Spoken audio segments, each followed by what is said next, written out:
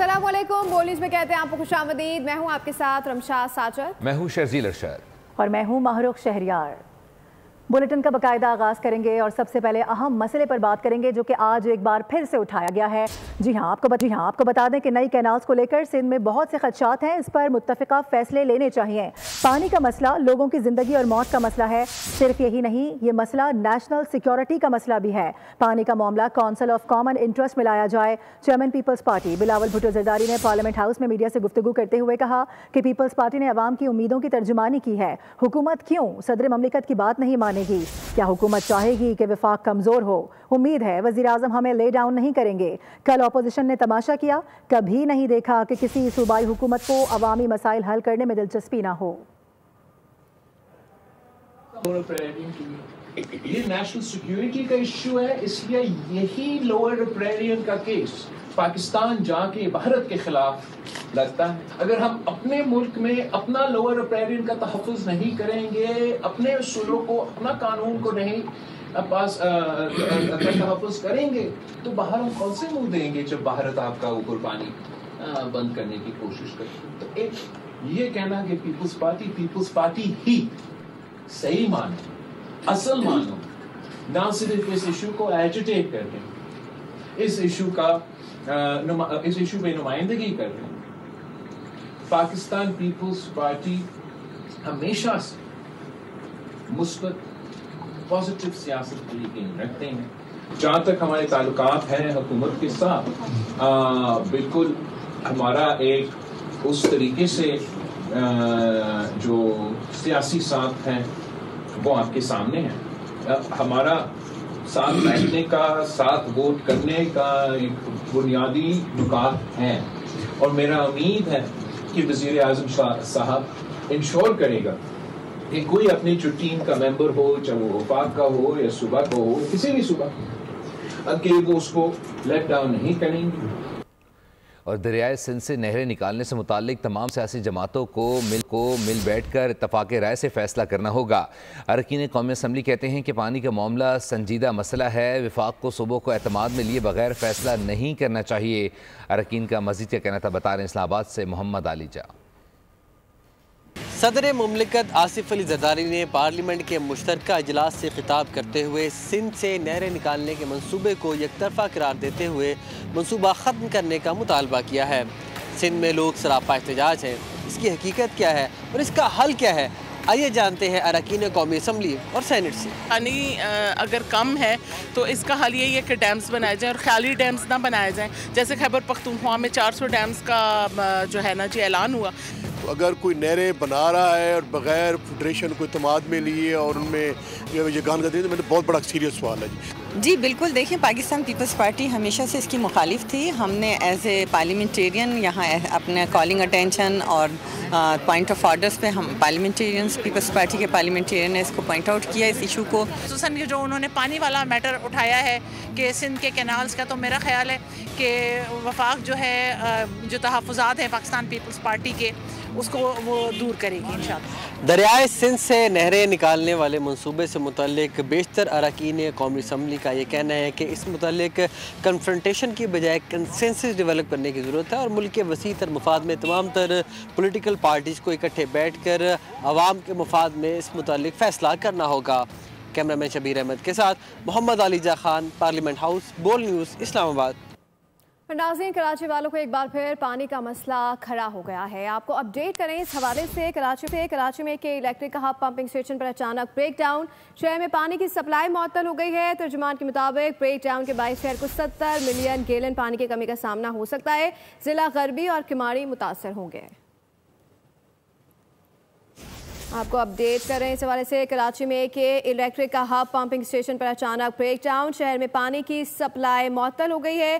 कराची वालों को पानी के मसाइल का एक बार फिर सामना करना पड़ेगा। तर्जुमान के मुताबिक ब्रेक डाउन के बाद शहर को 70 मिलियन गैलन पानी की कमी का सामना हो सकता है। जिला गरबी और किमाड़ी मुतासर होंगे। और नाजरीन 190 मिलियन पाउंड अब किस तरह से इस्तेमाल होंगे आपको ये बताते हैं। आपको बता दें कि दानिश यूनिवर्सिटी को ऐसा इदारा बनाया जाएगा जो दुनिया में नाम पैदा करेगा। ये इदारा नौजवान नस्ल के मुस्तकबिल को संवारने के लिए अहम संग मील साबित होगा। वज़ीर आज़म का दानिश यूनिवर्सिटी की स्टीयरिंग कमेटी के इजलास में इजहार ख्याल, कहा कि 190 मिलियन पाउंड सुप्रीम कोर्ट के अकाउंट में आए। चीफ जस्टिस की जानिब से कहा गया कि ये पैसा हुकूमत पाकिस्तान और अवाम का पैसा है। हुकूमत जिस तरह चाहे अवाम की फलाह बहबूद के लिए इस्तेमाल कर सकती है।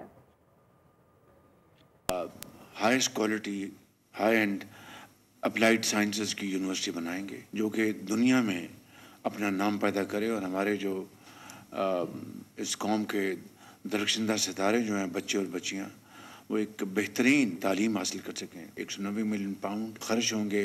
पाकिस्तान के अंदर इस तरह का इदारा पहले कभी नहीं बना था कि 190 मिलियन पाउंड जो कि बदतरीन बददेहांती से उन्होंने इसको बजाय हुकूमत पाकिस्तान के अकाउंट में ख़जाने में जमा कराते उन्होंने अपना एक ख़यानत और बददेहांती से इसको ऐसे अकाउंट में भेज दिया जिसका कि पाकिस्तान के ख़जाने से कोई ताल्लुक़ नहीं था। चीफ जस्टिस साहब का शुक्रिया अदा करना चाहता हूँ उनका।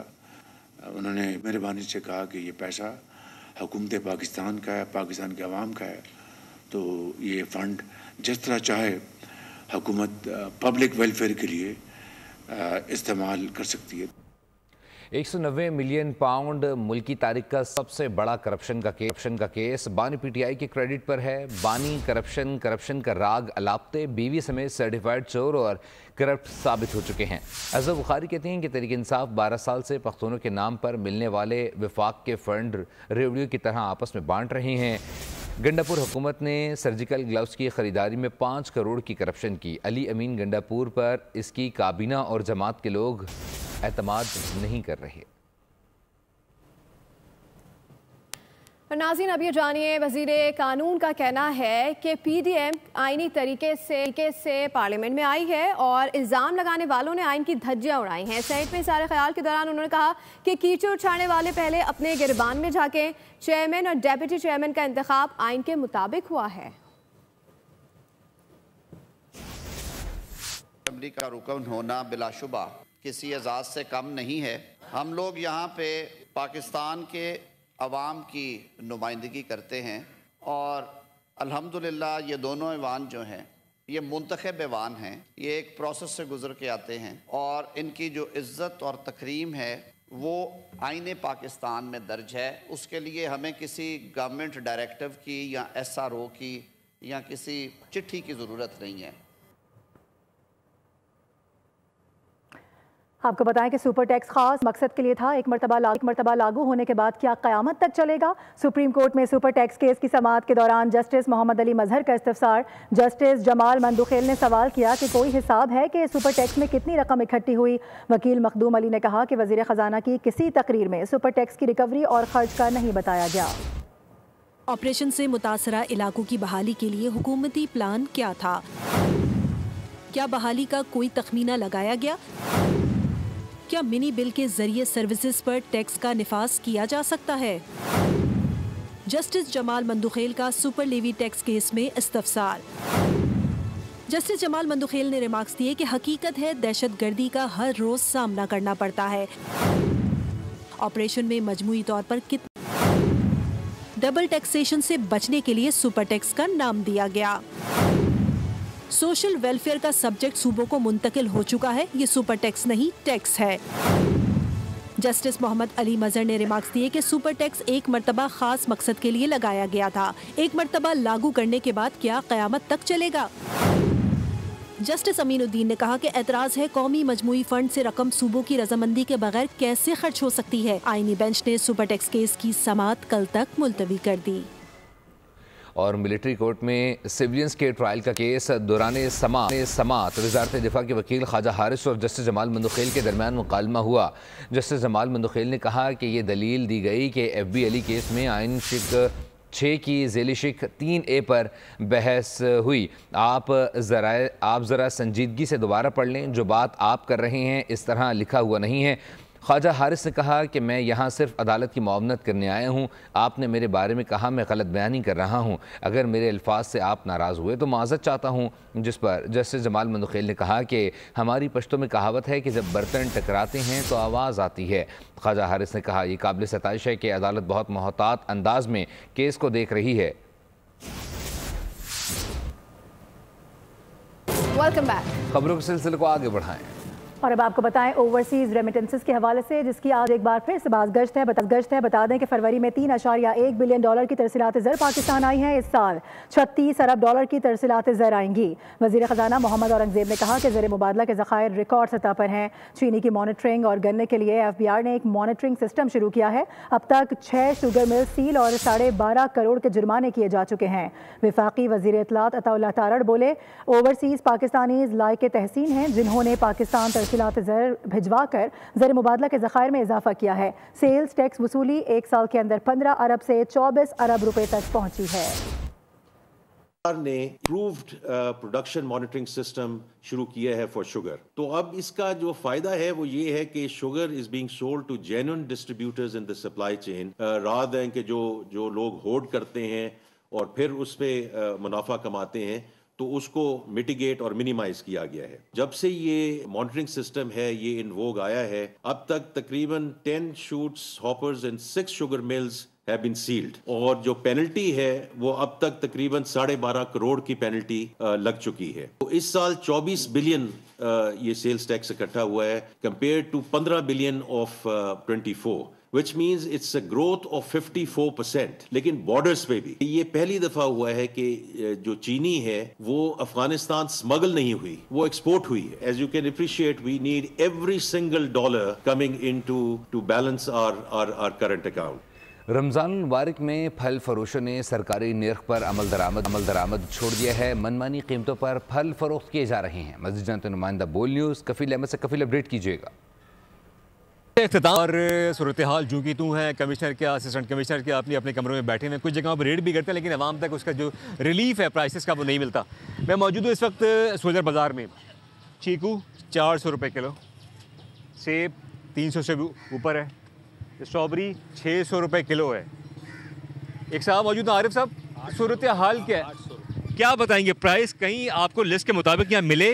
कोई लिस्ट है यहाँ? नहीं, कोई लिस्ट नहीं है, बस इनके जो दिल में आता है अपने हिसाब से चल रहे हैं। अच्छा। तो कोई प्राइस में डिस्काउंट करते नहीं है। भी 50 रुपये बड़े कम किए हैं, चीकू लिए हैं, और ये स्ट्रॉबेरी 800 रुपये कह रहे हैं किलो। तो जिनकी जिम्मेदारी है प्राइसेस को चेक करने का, वो सब्जी हो फ्रूट्स हो, वो कहाँ हैं? वो तो बस आराम कर रहे हैं अपने। बस जो दीगर आइटम थे वो भी आपका शुक्रिया। सखर में भी महंगाई रुकने का नाम नहीं ले रही है। मुर्गी के गोश्त की कीमत 760 रुपए फी किलो तक पहुंच गई है। मजीद जानते हैं नुमाइंदे शाहिद अली से। जी शाहिद, आगाह कीजिएगा। रमज़ान और महंगाई साथ साथ चल रहे हैं। कुछ चीज़ों की कीमतें जो हैं वो थोड़ी बहुत रमज़ान में अगर कम हुई है, तो कुछ चीज़ों की कीमतें कम होकर और दोबारा बढ़ गई हैं।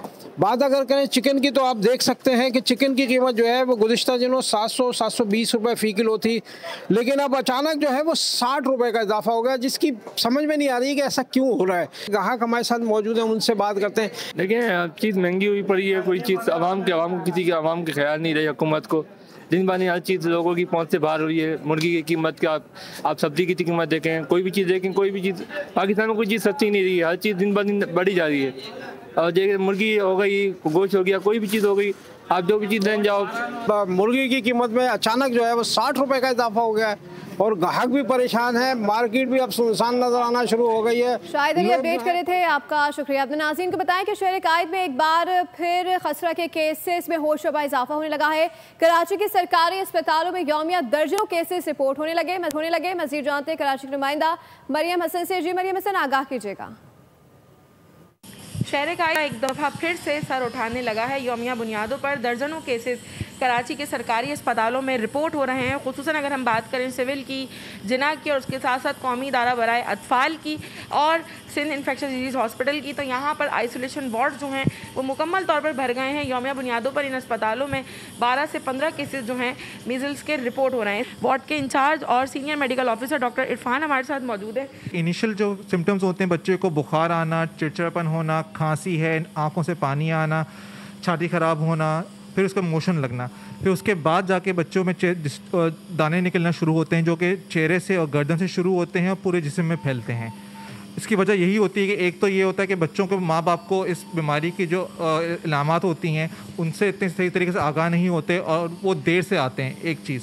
दूसरी चीज़ ये होती है कि बच्चे जो हिफाजती टीके होते हैं हमारे यहाँ पाकिस्तान में इसमें लगाने का कोई इतना ज़्यादा नहीं है। बच्चों में ये अर्ली सिम्टम्स उनको नज़र आते हैं तो फौरी तौर पर करीबी अस्पताल से रुजू किया जाए ताकि उनका बच्चा जो है मज़ीद पेचीदा बीमारी में जो है वो मुब्तला होने से बच सके। बहुत शुक्रिया मरियम हसन, हमें आगाह कर रही थी। अपने नाज़रीन को बताएं कि सूबाई वज़ीर सेहत ख्वाजा सुलेमान रफ़ीक ने कहा है कि म्यू अस्पताल में पेश आने वाले अफसोसनाक वाक़े की तहकीकात के बाद जिम्मेदारों का तयन होगा। अमले की गफलत हुई तो कानूनी कार्रवाई की जाएगी। नुमाइंदा बोल न्यूज़ अफजाल अब्बासी से गुफ्तगू में सुलेमान रफ़ीक ने मज़ीद क्या कहा, उनसे जानते हैं।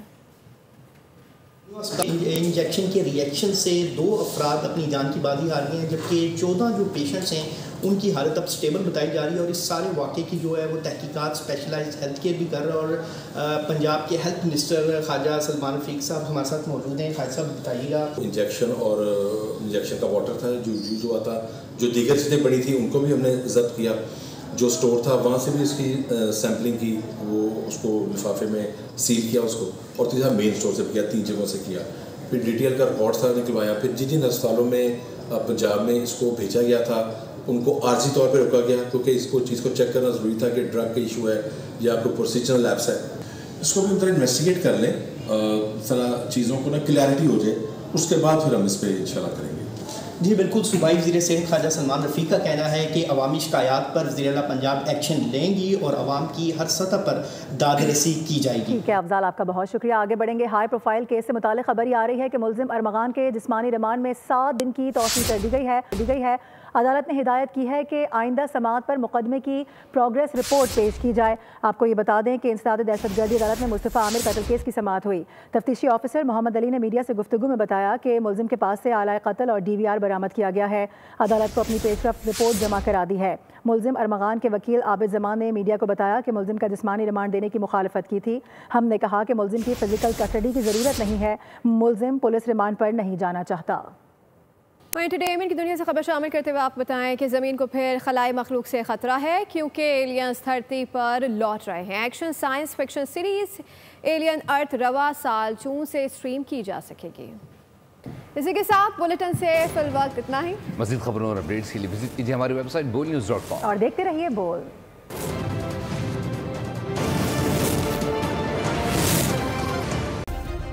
सब्सक्राइब करें और बेल दबाएं ताकि कोई खबर रह न जाए।